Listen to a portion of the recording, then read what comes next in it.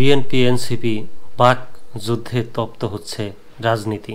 দেশের second Republic প্রতিষ্ঠা সংসদ নির্বাচনের সময়সীমা নির্বাচনের আগে প্রয়োজনীয় সংস্কার এবং জুলাই অভ্যুত্থানে গণহত্যার দায়ে শেখ হাসিনার বিচার সহ নানা ইস্যুতে বিএনপি ও নতুন প্রকাশিত দল জাতীয় নাগরিক পার্টির মধ্যে প্রায় প্রতিদিনই বাক যুদ্ধ চলছে।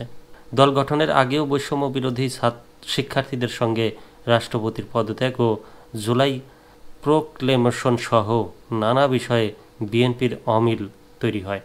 সেই ধারাবাহিকতায় দল দুটির মধ্যে চলমান পাল্টাপাল্টি বক্তব্যে দেশের রাজনীতি দিন দিন তপ্ত হয়ে উঠছে।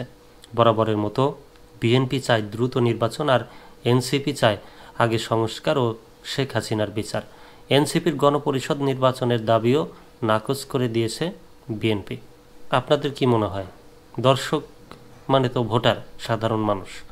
আপনাদের কি মনে হয়? আপনারা অবশ্যই কমেন্টে জানাবেন যে আসলে শেখ হাসিনা, স্বৈরাচারী শেখ হাসিনা বিগত সরকার, তিনি তো অপরাধী, বাংলাদেশের আইনের চোখে এখন তিনি অপরাধী এবং আন্তর্জাতিক আইনেও তিনি অপরাধী প্রমাণিত হয়েছেন, প্রমাণ পাওয়া গেছে। তো তার বিচার কেন বিএনপি আগে চাচ্ছে না? অপরাধ করলে তো সবার সাথেই করেছে। বিএনপিও তো বাংলাদেশেরই নাগরিক। বিএনপিতে শত কোটি কোটি যে ভোটার বা বিএনপি কর্মী, তারাও তো বাংলাদেশি নাগরিক। তাহলে তারা কেন বিচার আগে চাইছে না? এটার কারণ কি হতে পারে? কমেন্টে অবশ্যই জানাবেন। এনসিপি নেতারাও বিএনপির শীর্ষ নেতাদের বক্তব্যের বিষয়ে খোলামেলা কথা বলছেন। অন্যদিকে বিএনপির নীতি নির্ধারণী পর্যায় থেকেও কড়া প্রতিক্রিয়া আসছে। বিশেষ করে শেখ হাসিনার বিচারের আগে জাতীয় সংসদ নির্বাচন নয়, এনসিপির নেতা সার্জিস আলমের এই বক্তব্যের প্রতিক্রিয়ায় বিএনপির স্থায়ী কমিটির সদস্য মির্জা আব্বাস বলেছেন, ফ্যাসিস্ট তাড়াতে গিয়ে নিজেরাই না ফ্যাসিস্ট হয়ে যায়।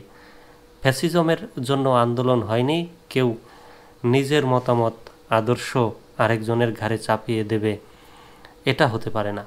আমি আমার মতামত প্রকাশ করতেই পারি, আমার মতামত আপনাকে মানতে বাধ্য করব, এটা হতে পারে না। সব মিলিয়ে বিএনপির সঙ্গে ছাত্রদের একটা দূরত্ব দেখা দিয়েছে বলে অনেকেই মনে করছেন। বিশ্লেষকরা বলছেন, রাজনীতিতে শেষ কথা বলে কিছু নেই।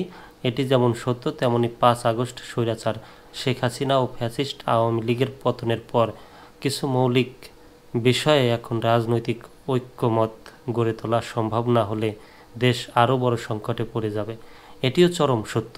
তাদের মতে অনেকেরই ধারণা, আগামীতে একটি নতুন দলকে ক্ষমতায় আনতে সরকার নির্বাচন বিলম্ব করতে চায়।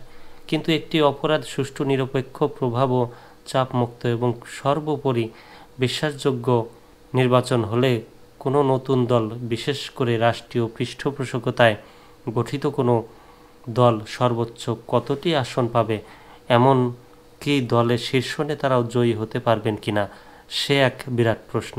তাছাড়া এই দ্বন্দ্বের ভেতর থেকে কি বেরিয়ে আসছে এবং এর পরিণতি কি আরেকটি বড় সংকটের দিকে যাত্রা নাকি ইতিবাচক কিছু, এমনটিও প্রশ্ন সচেতন মহলে।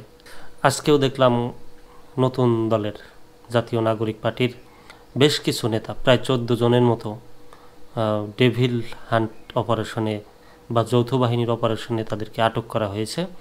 লুট, চাঁদাবাজি এবং সন্ত্রাস কার্যক্রমের জন্য এই কাজ বা এই অপরাধে তাদেরকে আটক করে দেখলাম সুন্দর করে ছবি বা ভিডিও প্রচার করা হয়েছে।